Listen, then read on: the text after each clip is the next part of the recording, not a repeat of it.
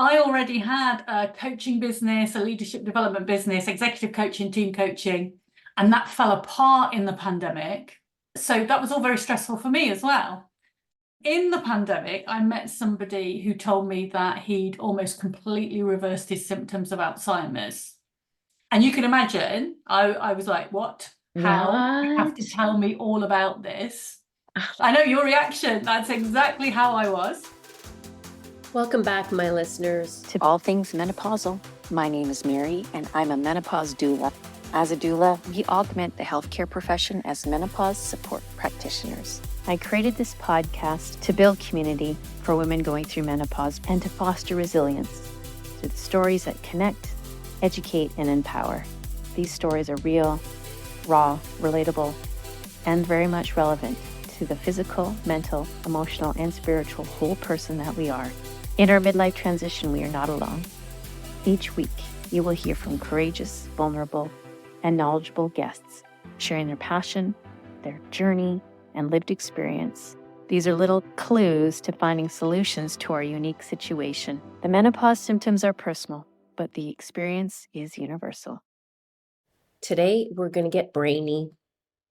We're talking about the brain. Our cognitive health through menopause is crucial. And I, for one, and I've said this many times before, have suffered from the brain fog the most amongst all the symptoms, the memory loss, the feeling like, I don't know what I'm doing here. Fortunately, I'm making some smart choices to combat the cognitive effects because I'm really quite concerned about my brain health beyond my menopausal years. I want those years to be great. I also want to have my faculties intact. And so in this episode, I'm joined by Lindsey Byrne, and she will explore the impact of menopause on our cognitive health.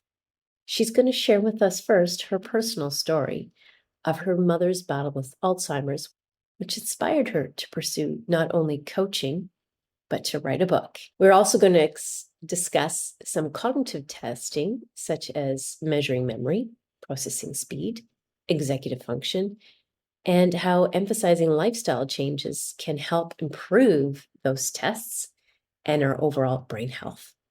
This episode will highlight what's called the Bredesen Protocol, which is inspired by Dr. Dale Bredesen, who can show how Alzheimer's can be reversed.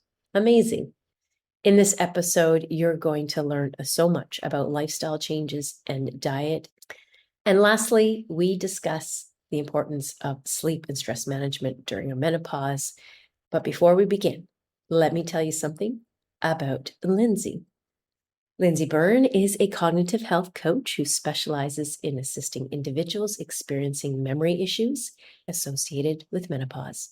She focuses on improving brain health and memory, and even preventing dementia through natural, non-pharmaceutical approaches. Lindsey is a functional medicine certified health coach and a certified RECODE 2.0 protocol health coach. Yes, she will explain what that means. And as I said, she has authored a book. It's titled, What Did I Come in Here For Again? How I Improved My Brain Health and Memory with the Bredesen Protocol. It's part memoir and a part coaching how-to book, all packed in one. And it recently released on July 4th. The link to that book is in the show notes. And you can also find Lindsey at thecognitivehealthcoach.co.uk. She's also on LinkedIn and YouTube at The Cognitive Health Coach. Her Facebook group is Hope in Alzheimer's UK. Many places to find Lindsey. But let's dive in to hear what Lindsey has to say about our brain health. Hello, Lindsey. I am so pleased to have you on All Things Menopausal. This is such an important topic. This is one that has plagued me for several months now, brain fog. And I hate to say that I'm blaming menopause for leaving the workplace, but I believe that I'm that 1 in 10, and that's the statistics. 1 in 10 women will leave the workforce because their symptoms are to the point where it's just hard to manage. And I just came to that pivotal point where I thought, you know what? I'm 55. My brain health is so important to me, and it's so critical that I stay on top of my game. And I just went through months of just the fog. I call it the fog of war, to coin a military term, but it is amazing to have you here, a cognitive health coach.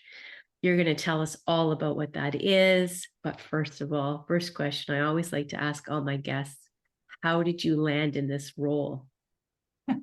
Well, first of all, thank you, Mary. Thank you for having me on. And Absolutely. I hear you on the brain fog in menopause thing. Yes. So how did I get here? Well, my mum has Alzheimer's, and before the pandemic, we had spent a couple of years noticing that she was getting more forgetful. And then in the pandemic, well, just before the pandemic, we were moving mum and dad into a retirement village. And at that point, I think it got harder for her to hide it. I don't know if it got worse with the stress of the move or whether it just got harder to hide it. But it became much more apparent it was worse than we'd thought. And then the pandemic hit, and the house sale fell through in the pandemic, and it was all very stressful. And we had to resell the house in the pandemic, which was no fun. And I already had a coaching business, a leadership development business, executive coaching, team coaching, and that fell apart in the pandemic. So that was all very stressful for me as well. In the pandemic, I met somebody who told me that he'd almost completely reversed his symptoms of Alzheimer's. And you can imagine, I was like, what? How? You have to tell me all about this. I know your reaction. That's exactly how I was. And he sent me links to videos, to clinical trials. He sent me a link to a book, and I just immersed myself in it. And I was so excited because my business had fell apart. I was quite depressed and I was very stressed. And I hadn't really had any menopause symptoms up to that point. And then they really hit. And I think it was the stress triggered it all. Mm-hmm. I had a hysterectomy years ago, so I've never really known. I didn't know if I was already in perimenopause, but I was 53 at the start of the pandemic, and I feel like the stress and everything really kicked it off. I may have been in perimenopause beforehand, but I'd had a pretty healthy lifestyle, but I think the stress really kicked it off. So anyway, I found this protocol and I got so excited, and I got my mum on the protocol, and she improved dramatically. She's not all the way back. She won't do the whole protocol though. I've got to tamper my expectations a little bit. And as soon as we got her on the protocol and we could see she was getting so much better, I decided this was my career, my future, my mission in life, to tell people all about this protocol. It's called the Bredesen Protocol. Okay. And I retrained, first of all, as a functional medicine health coach.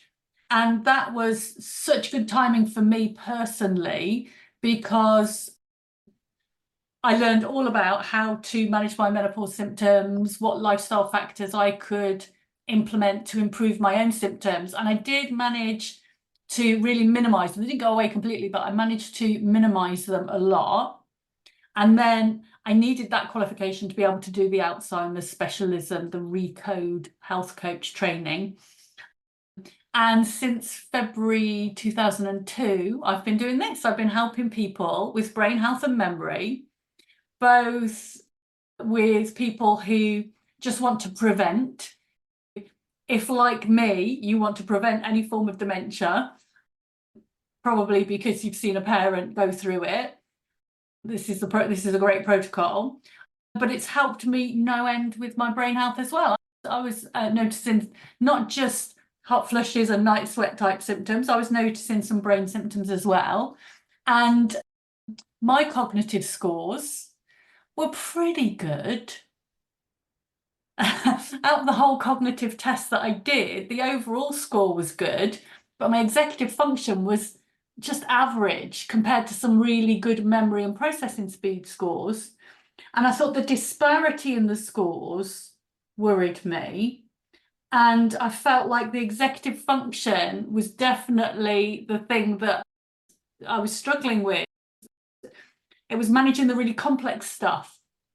And I did feel foggy when I was trying to learn this whole new career, get these qualifications. And I've managed to turn that around completely. And now my cognitive scores are in the high 90s across the board. Fantastic.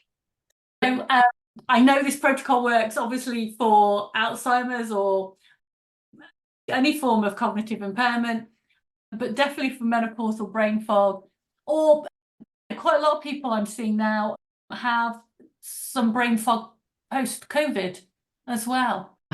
Yes. So I know this protocol works for whatever might be the root cause. This protocol seems to work. Okay, so we're going to really dive into this protocol. This is the second time that I've heard about this protocol. A previous podcast guest who specializes in the brain health function of menopause, well, among many other things, and that's Dr. Fiona Lovely of the Not Your Mother's Menopause podcast. And she mentioned this and the protocol in reference to the book. We'll get into that. Hang on, listeners. But before we do that, I'm interested, when you say the cognitive scores and executive function, so these tests, are you talking about your basic IQ tests, or tell us a little bit more about that? It's a similar kind of thing. Yeah, it's a similar kind of thing. You can do it online. It's absolutely free. So at the end, I will give you the link so you can pop it in wherever you pop all the info for all your listeners. Absolutely. It's a totally free test. Okay. I would recommend that you do it when you're feeling really good, really sharp, best time of day for you when you're feeling great. So you've got a good baseline to compare to. Good point. I get all my clients to do it right at the beginning of working with me, and I get them to do it on the very best day when they're feeling so good, so that over time they start to feel better themselves, but at the end of the whole process they can do it again and put a number on it. And yeah, this test, it gives you 4 numbers.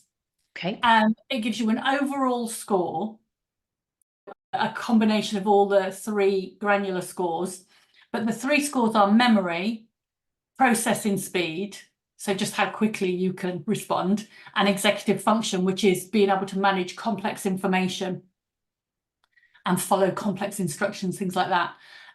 And it takes about 20 minutes. And when it gives you the results, it scores you out of 100, where 50 is average compared to people your age and gender. 50. Yeah, anywhere between 1 and 50 you can score, and 50 is average for your age and gender. So I really like that it compares you to people like you. It's not comparing you to the whole population. And like I say, I scored in the 90s for 2 of them and 55 for executive function, which is a tiny bit above average. Okay.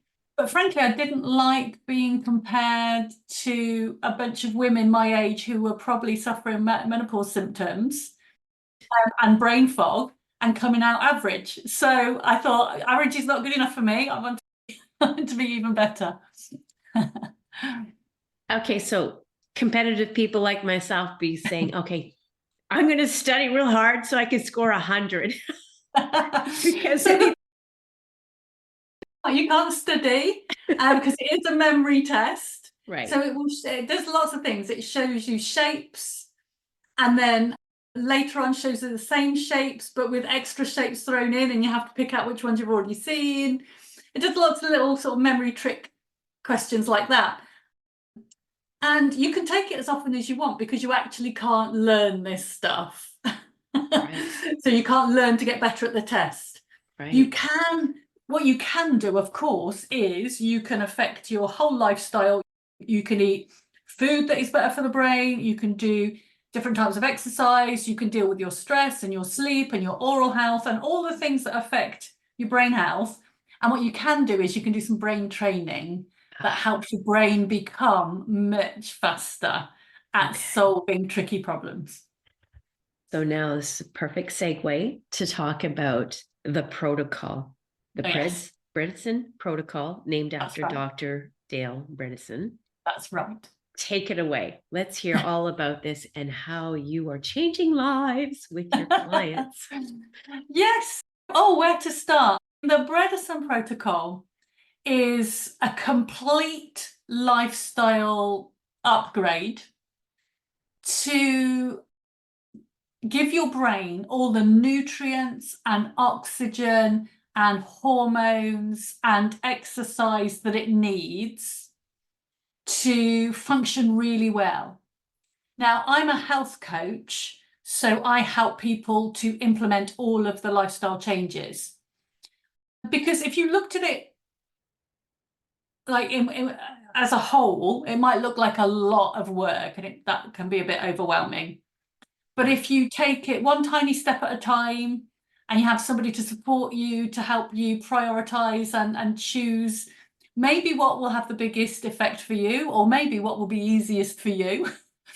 If people are already feeling foggy and maybe even a bit fatigued, you might want to do some little tiny steps, some quick wins to just start feeling a tiny bit better, to build your energy and focus, to be able to focus on more and more as you start to feel better.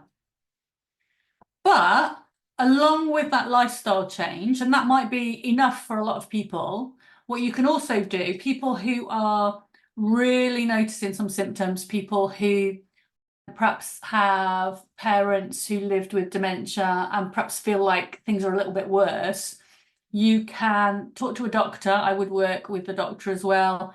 And that doctor, trained in the same protocol, but from the medical end, will be able to do some tests to find out if there's any underlying issues, which might just be that maybe genetically you do not process certain vitamins well, or maybe your hormones are a bit disrupted and a little bit of hormone balancing would help.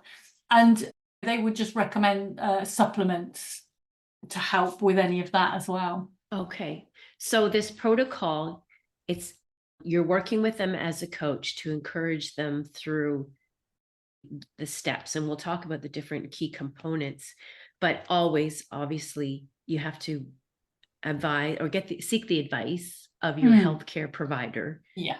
Because as we know, any major lifestyle changes involving diet, exercise, only your doctor will understand the contraindications with certain medications you're on. Absolutely. Yeah. But so I wanted to put that out there because that's very key. That's very key to know that. But in terms of the steps, and we hear this often in such as working with a menopause doula, as I am, is that it's always good to have that coach there to keep you committed, if you will, and encourage you along the way. The accountability part is covered, but then that healthcare portion is very critical because we don't diagnose, coaches, we don't diagnose, we don't prescribe. However, we are very good at implementing the components to reach success.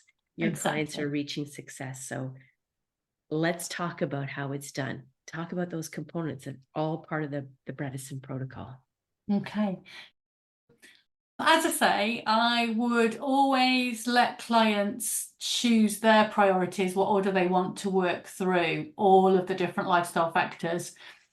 But if they are not sure, or if diet is at all in the mix, I do like to start with diet if we can, because it is such a big cornerstone of the protocol, and it can have such a big impact. But I appreciate diet can be quite hard to change if you're already feeling foggy and fatigued. But if they're happy to start with diet, we will. And the diet recommended by Dr. Bredesen is the Keto Flex 12-3 diet. Okay. So this is a ketogenic diet where we'll be cutting out sugar and a lot of the processed carbs, the starchiest carbs. But generally with people, I don't like to focus on what we're taking out. I like to focus on what we're adding. Love it. It's a lovely, healthy diet. Some of you listeners might have heard of a keto diet that didn't sound very healthy, like the Atkins style diet that was a lot of protein and a lot of lard and a lot of heavy cream. This is not like that. Very simply, if you think about your plate of food, if you can make at least half of your plate non-starchy, colourful vegetables, and then a normal amount of protein, and then just add some really healthy fats like extra virgin olive oil or avocado or nuts or seeds. And if you just picture that, that sounds like a really healthy plateful, doesn't it? So it's about just making small steps towards that. And the way I like to work with clients around diet is to look at what they already eat right now, what are their favourite meals, what are their favourite recipes, and how we can just make some swaps so that we can replace some things that might not be suitable on the keto diet with some things that are much more keto friendly, but they can still stick to the sort of main meals that they love. Perfect. So it sounds like to me, obviously diet is key. Yep.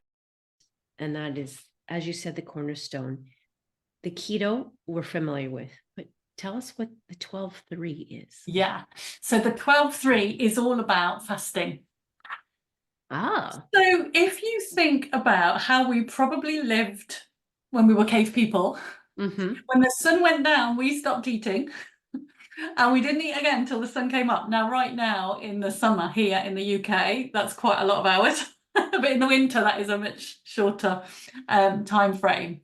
So the idea is to not eat for 12 hours, at least 12 hours overnight. Okay. And you can push that to 14, which is not as bad as it sounds. If you finish eating at 7 p.m. and you don't have breakfast till 9 a.m., that's 14 hours. It's not such a hardship. Very achievable. And then the 3 is stop eating 3 hours before bed so that your body's got time to digest and you're not still digesting while you're in bed and impairing your sleep and your body's repair processes. See, that is so key. The fasting, or in some cases, the time restricted eating. Yes. Is quite achievable. And trying to close that window to a period of time, say like an 8-hour period of time or a 10-hour, depending on what you choose for that fasting time frame. But that it's that key area before bed, before actually going to sleep for the night, because that is when you've had a nice, delicious meal and the desire to snack, even if it's one little morsel of chocolate. And there's that desire to snack, and of course, that's sugary. Yeah, we don't want sugar before bed. Are there strategies, or first of all, do your clients struggle with that? And are there strategies to overcome that so that eventually that 3-hour period doesn't seem like it's that daunting? To be fair, I don't think that's the thing that people struggle with really the most. Some clients just take to it. You just tell them what they've got to do and they just take to it and just do it. But we're all different, and some clients really struggle and it might take weeks to get into ketosis because they need to just focus on, say, breakfast first and just replacing their breakfast, especially if they've been eating very sugary, carby cereals and things and they're used to that for breakfast. So it can be quite a change. So that tends to be the thing that people struggle with the most, thinking about what's good for breakfast. But if you like eggs, I love to make a frittata with lots of different vegetables and then mix the eggs with it, a bit like an omelette, but a big fluffy omelette with the vegetables on the inside. That's a really nice breakfast. Or a green smoothie could be really good. There's lots of things that you can eat. It's just a case of reframing your thinking about breakfast a bit. And a lot of those foods that we get, though, for that we think are healthy, smoothies, for example, they have a lot of hidden sugars. Particularly if you're adding a supplement or a protein powder, for example, they have a lot of hidden sugars. Now, is that absolutely taboo on this protocol? So we need to be careful about hidden sugars, added sugars, because that's going to take us out of ketosis. So if you were going to have a green smoothie, I would recommend a bunch of green vegetables, and you can have some fruit with it to make it taste a little bit nicer. Berries tend to be better. So a handful of berries, maybe some kefir or some live yogurt. And we do need to have a certain amount of protein, so you could put some protein powder in there. You just need to check that it's not got any horrible ultra-processed ingredients in it, and it's not too sweet. So I think Dr. Bredesen recommends hemp powder for a protein powder. Okay. I'd have a look at pea powder as well, pea protein powder. That might be okay. In fact, that's one of my protein powders is the Great. pea powder. Yeah. And there's some sugars in there, but it's very low. Yeah, if it's very low and they're natural, they're not added sugars to make it taste nicer, then we're good. What about things like natural sweeteners such as stevia or honey, maple syrup? Stevia or monk fruit are the lowest sugar sweeteners. Unfortunately, maple syrup or honey are really very sweet, very sugary. So, and we need to really minimize that. Now, the thing is about this diet, everyone is different and everyone can handle a different level of carbs. Right. So if you are very mobile, if you're very active, you can probably handle more carbs. So what I tend to do with clients is I ask them to be really strict for a couple of weeks. And then once they're in ketosis, then we start testing different foods to see if they can take them and stay in ketosis. Okay. And just to give you an example, throughout the pandemic, I was having a spoonful of Manuka honey every day just for its immune boosting properties. And I was so able to stay in ketosis, even with a spoonful of Manuka honey every day. So it is doable. You might need to be strict to get into ketosis because as human beings, we're intended to be able to work in ketosis. We're evolved to be able to do it. And as cave people, we might spend all summer eating loads of fruit to raise our insulin levels in order to put on weight, to store fat, so that all winter we can use our own fat and ketones as a fuel source. Right. So we used to be metabolically flexible. Today, nobody ever gets away from carbs and sugar. So we put weight on all year in, year out for the winter that never comes. Yeah. Good point. Yeah. People might need to be really quite strict to get into ketosis, but then once you're in, the longer you're in ketosis, the more metabolically flexible you will be, and you can probably manage more carbs and come in and out of ketosis quite well. In fact, that is what the flex in Keto Flex 12.3 stands for. It means you don't have to be in chronic ketosis all the time. You just need to make some ketones every day so you can come in and out. Okay. So how do we know that we're in ketosis? So there's quite a few ways of testing.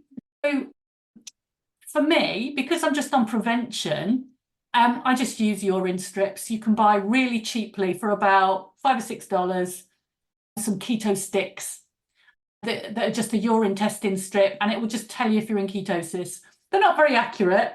If it changes colour, you're in ketosis. If it doesn't, you're not. But you can't rely on the colour chart. It's not that accurate. It's just a case of, yeah, I'm in ketosis, we're good. But if you are worried and you really want to do the RECODE protocol very thoroughly, and you want to know that you are in ketosis properly and you're making enough ketones. So if you were definitely noticing some brain health and memory symptoms, significant ones, then you can test with either a breath meter or a blood meter. The blood meter is just like a finger prick test. Okay. And the breath meter, obviously, you just blow into. The ketones that we would produce when we're in ketosis is valuable for brain health. How does that work? So, our brains, as I mentioned before, all summer should work on glucose. Right. But then once all the fruit is gone, in the winter, our brains work on ketones. Okay. And what they've actually discovered through testing is that our brains, as we age, all of us, not just people who go on to develop dementia, but as we age, our brains get less able to use glucose as a fuel source. Isn't that interesting? And you know, like older people, like a lot of older people start craving sugary things, don't they? Yes. That's their brain crying out for some fuel, but the brain can't use it very well. So just exactly. I just need more. Exactly. sense. Okay. But our brains never get worse at using ketones for fuel. And in fact, the trials that they've done, they actually just supplement people on a normal diet with exogenous ketones from outside the body. And they can see that the brain uses the ketones first. It prioritizes the ketones and then only turns to sugar when it's out of ketones. Interesting. So is there any before we move on to any more of the protocols, because there's several more, is there any contraindications for menopausal women to be on a ketogenic now diet? I can't even say it, a ketogenic diet, because I have actually seen some information and I've written a blog about that, to be cautious, because the ketogenic diet was originally structured for men with cardiovascular issues and obesity, and it was never tested on women. Now I understand that it's a flex ketogenic diet, but is there any concerns for menopausal women to be aware of? There are a few things. There are a few things that we just need to be aware of. Actually, the original ketogenic diet was designed for epileptics, and this was back in the late 1800s, early 1920s. This is correct. Yes. So it's a really good brain health diet. But yes, you're right. It was popularized for men with cardiovascular problems. So I would tend to just watch my clients very carefully and make sure that they're not losing weight if they don't need to lose weight. Okay. That they're getting enough protein, because we need enough protein in the menopause. Absolutely. And that I just keep my eye on them. Okay. In fact, I've only had an issue with the keto diet with one client ever, and that was a man. Okay. And the real problem seems to be if you have some issues with mold toxicity. So one of the causes of cognitive decline can be toxins. And this gentleman I was working with did not react well to the keto diet and did not react well to MCT oil, which is an extract of coconut that helps you with the keto diet, helps your body make the ketones. He didn't react well to either of those, but on later testing, we discovered that his root cause was mold. He'd been exposed to mold, and that was the cause of his cognitive issues. That's the only person I know of who didn't react well. And that is not, the keto diet is not the diet that's necessarily recommended by Shoemaker Protocol doctors, which is for mold toxicity. Interesting. And of course, when you live in a damp climate, such as in the UK, many parts of the UK, here on Vancouver Island, we have dampness all the time, mold, windowsills. Yeah, exactly. And it can be so toxic for us, so it can cause problems. Interesting. So testing for that would just be regular food allergy testing, I guess, or the beta testing? There are a few different tests for mold toxicity. I wouldn't leap to that unless we knew people were living in water damaged homes and they had very specific symptoms that kind of made you think, this is not the norm. This is something else. So there are some simple tests you can do first. There's a visual contrast test that can tell you if toxicity might be an issue. It won't tell you which toxin, but it's a starting point because it only costs $15. So it's a good starting point before we leap into testing the house for mold, spores, and all sorts. So we spent a lot of time on the diet portion of the protocol. Yeah. What are some of the other protocols? So, of course, exercise is really important. And this is an area that, and I slipped into saying exercise there when I normally say movement. And this is because this is an area that clients can really struggle with. Yeah. If you say exercise to some people, me included, we instantly think of PE at school that we hated. Or we think of the gym, which we find boring. If you love the gym, by the way, any of the listeners love the gym, that's great, go for it. Me, not so much.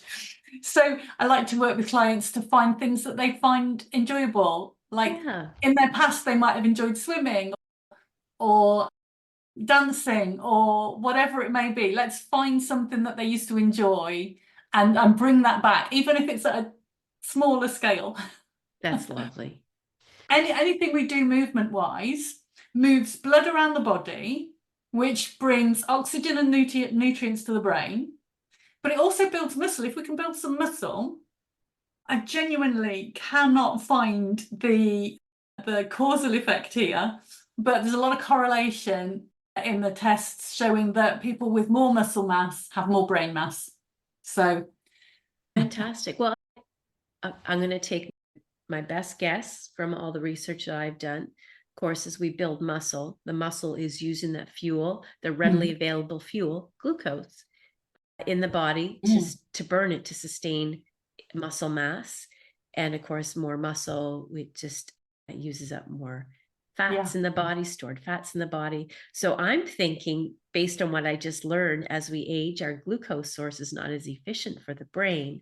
So I'm thinking, as we have more muscle, that glucose is being used maybe efficiently for the muscle, so the brain can get on with the business of optimizing its function. And that's very true, because sugar, it's not just that our brain is less able to use sugar as a fuel source, it is also that sugar is really quite inflammatory. So if you're taking in more sugar than your muscles use and it's just cruising around your body and spiking your insulin, then we're also creating inflammation throughout the body, which is going to also lead to inflammation in the brain. So yeah, the more muscle we have, the more it's using the sugar, then that sugar's not rushing around the body, creating inflammation as well. But it's interesting, because I don't know about your clients, but certainly for me, I've always been keen on fitness, as I build muscle and I maintain muscle, my desire to have something sugary dissipates quite quickly. In fact, because I now see the correlation between the need to up my proteins, and I work so hard to get these guns of steel. So I want to nurture them with something that's good, and instead of just that 5 hours at the gym is just shot with one sugary drink at Starbucks. Yeah, exactly. But I love that you say it is movement, because the exercise is very daunting. And I try to use that terminology too when I say my 4 pillars of good health is nutrition, movement, sleep management, and stress reduction. And those are 2 protocols we haven't talked about that is in your protocol, the Bredesen Protocol. Yes, sleep and stress. Let's talk about that. So critical, particularly in our menopause journey.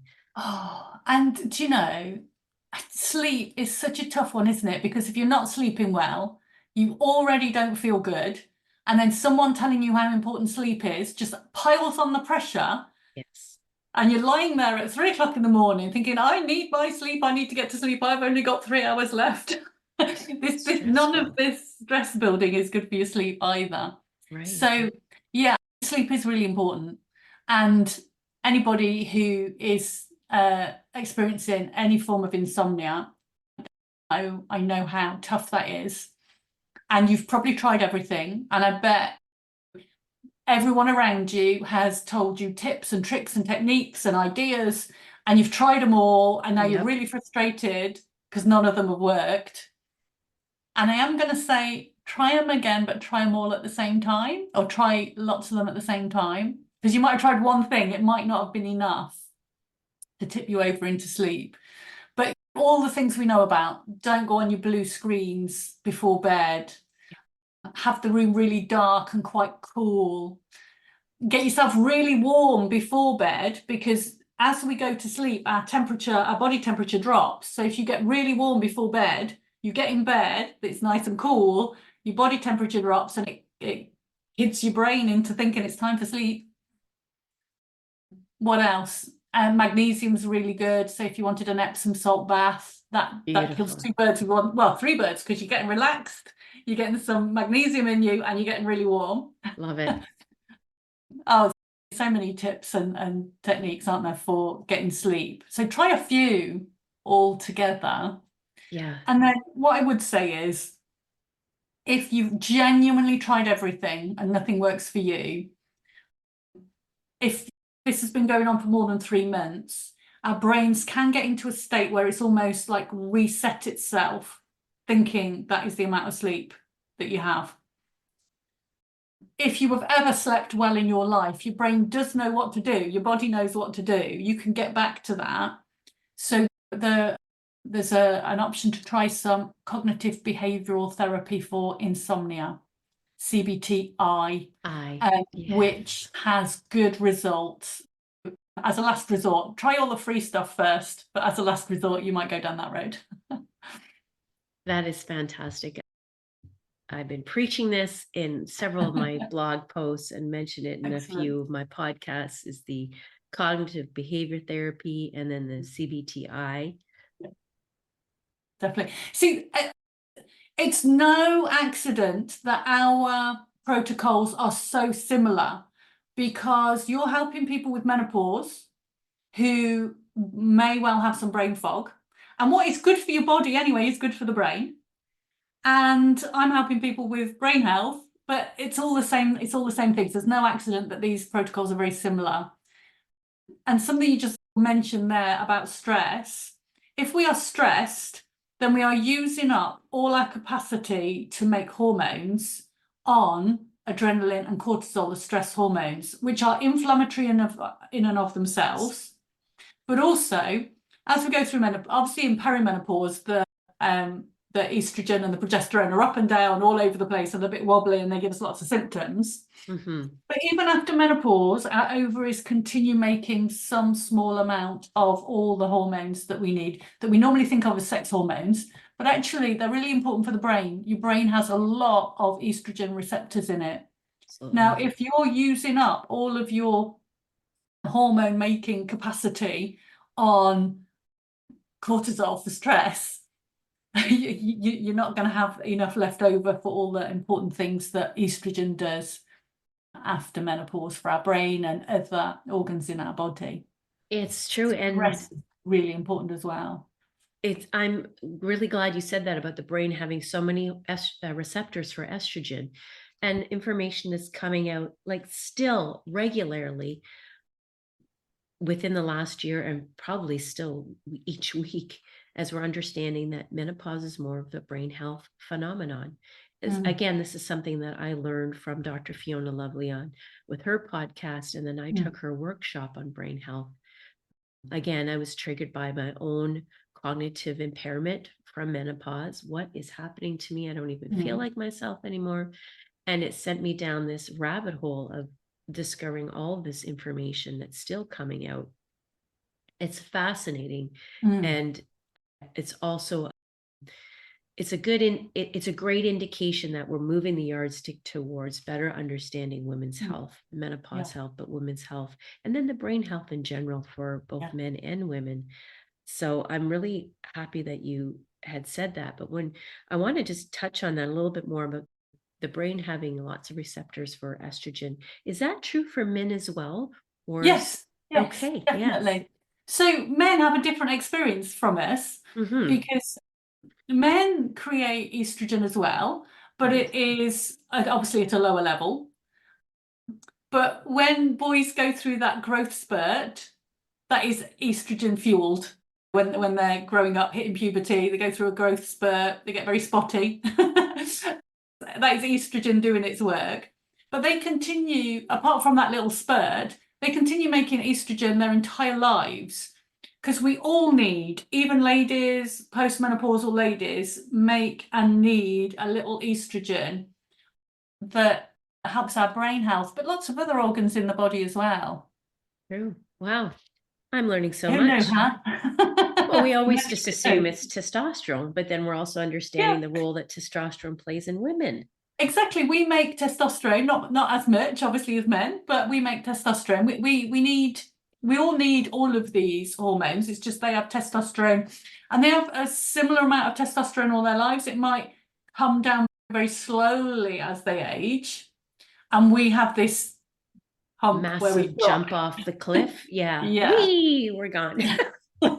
So they don't go through quite such a change as us. But that change is not good for brain health. And all your listeners who've experienced any brain fog know that. Yes. And without wanting to frighten anyone, there is a good reason why twice as many women get Alzheimer's as do men. For all your listeners who are here looking after themselves, wanting to help themselves through menopause, if this is any added motivation at all, look after your brain health now, and that will stand you in really good stead for the future as well. A double whammy, two good reasons why they need to be listening to all your podcasts and taking all your advice. Well, I immediately thought when you were mentioning that there's another substance that we tend to take in our whole lives, and it wreaks havoc on us as we get older. And of course, it would definitely not fit into the Keto Flex 12 and 3. And that is alcohol. Oh, yes. Of course, lots of hidden sugars, but alcohol alone, if we could just eliminate that, we'll probably achieve so much. That's a tough one for a lot of people, isn't it? And especially if you are stressed. If you are going to work stressed all day, you come home and what do you want? You want to unwind with a glass of wine. So I fully understand it. And there are sugars in it, which is not good. It is not good for your brain health in its own right. It's not good for our neurons, and we know this. But actually, what it also does, it is an endocrine disruptor. It will attach itself to your hormone receptors, your estrogen receptors. And so even if you are making some estrogen, it might not hit the receptors. And alcohol's not the only endocrine disruptor. The stuff they put in our food, preservatives, and the stuff they spray on our food, and pesticides and chemical fertilizers, a lot of those are endocrine disruptors as well. So entirely not through our own fault. We might be taking all manner of toxins in that are messing with us, and messing with our ability to use the estrogen that we are making. And then we have the xenoestrogens that are hidden in almost every product, from plastics to glues, even in our furniture, our rugs. There are certain things that we just can't get around, but doing the best we can with what we have available, such as the protocols that you talked about, our nutrition, our movement, and sleep, stress management. You're absolutely right. We can't get away from all the toxins. But if we can minimize what we have in our own home and what processed foods we eat, make sure we're not getting horrible ultra processed foods with unpronounceable ingredients in. If we can minimize it as much as we can, as much as we can't get away from everything, we're putting ourselves in a much better position. Our bodies and our brains are incredibly resilient, and they can work around a lot of minor problems. It only becomes a problem for us when the toxic load is just too much. So I don't want people to feel like, oh, this is too much, I can't get away from every possible toxin. I think if you do the best you can with your movement and your nutrition and all the things that we've talked about, and try to minimize the toxins that you come across in your own home. And even if you're out and about, if you can, if you're walking down heavy traffic streets, can you take a back street?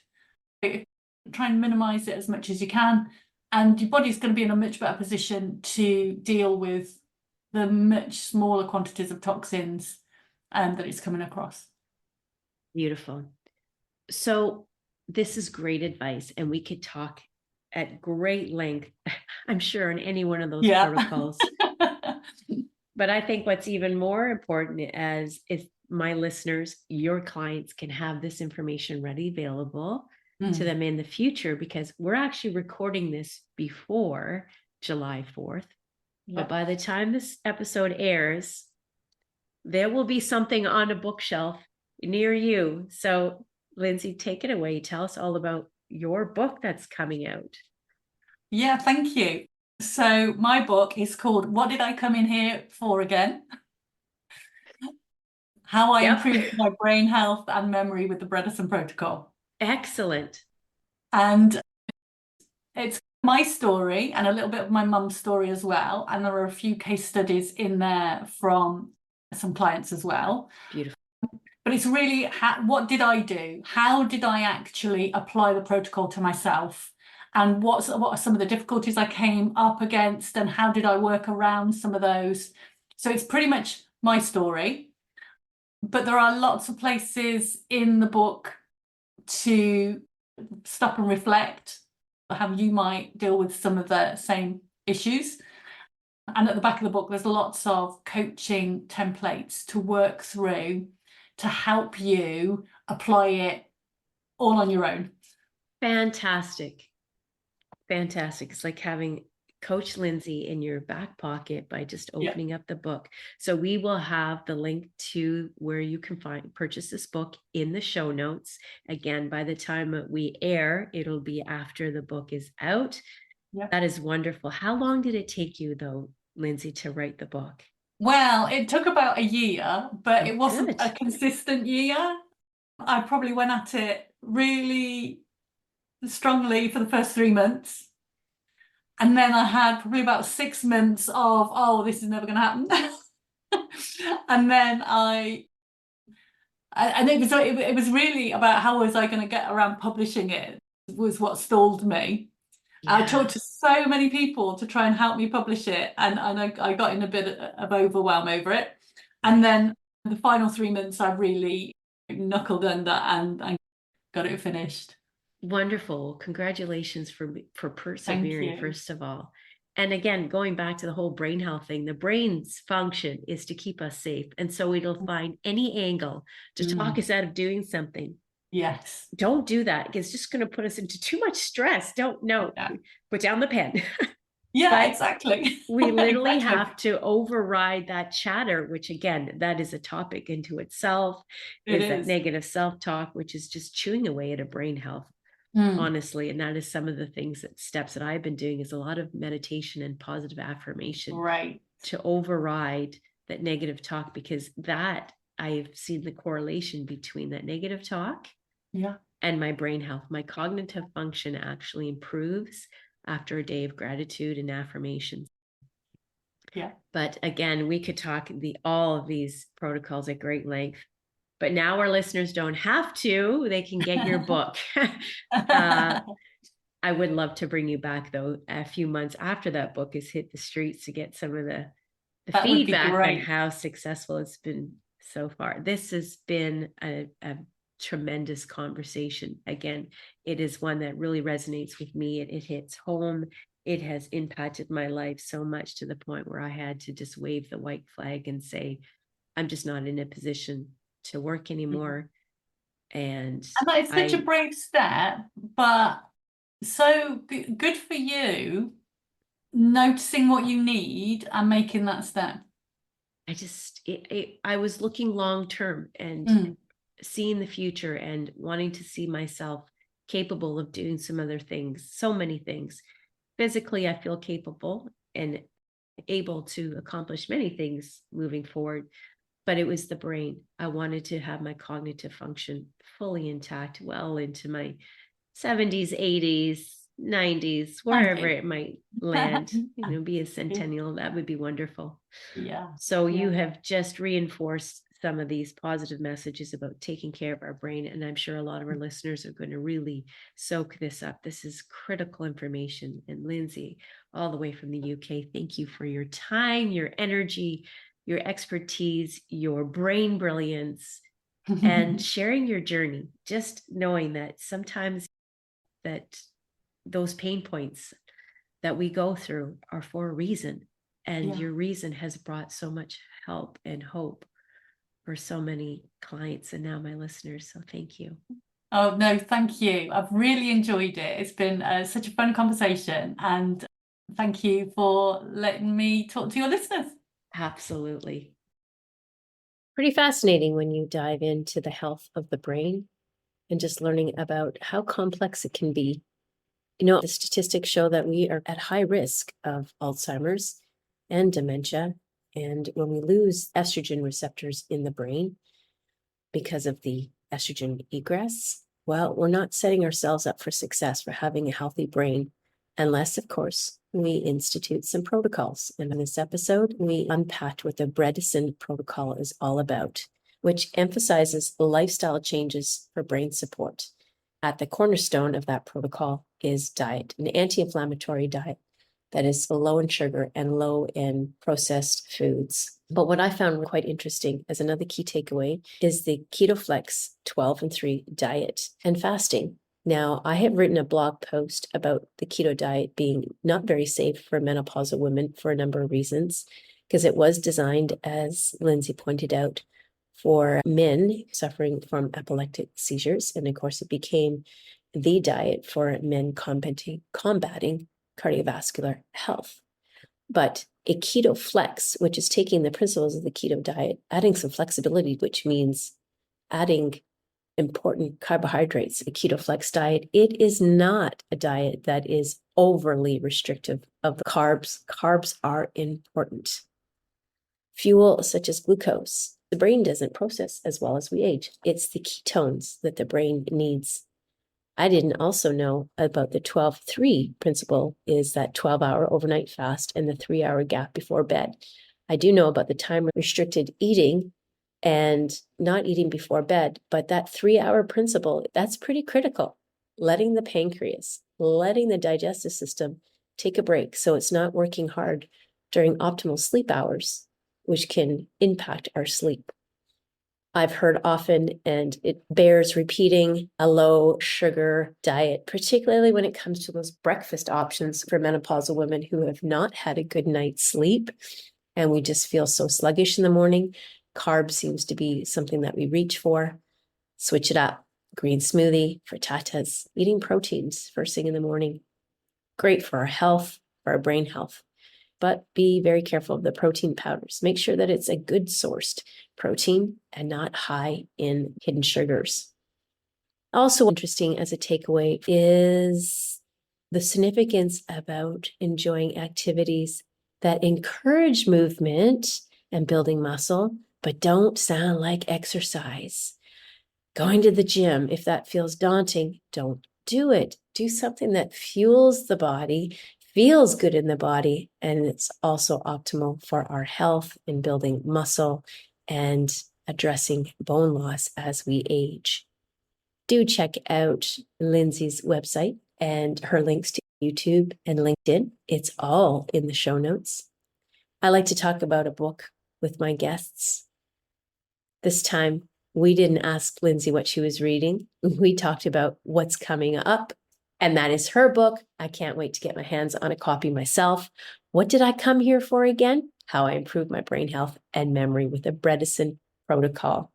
It's an insightful book full of her personal experience, case studies, and coaching templates that you can implement into your lifestyle right away for improving your brain health. Thank you for tuning in to another insightful episode of All Things Menopausal. If you enjoyed today's episode and want to stay connected, be sure to follow me on Instagram for tips and updates. And if you found value in today's episode, please consider leaving a review on Apple Podcasts. Your feedback helps reach more women who can benefit from these conversations. Until next time, stay empowered, stay informed, and embrace the beauty of your menopausal journey. Remember, midlife should be the best life, and it will be. Namaste.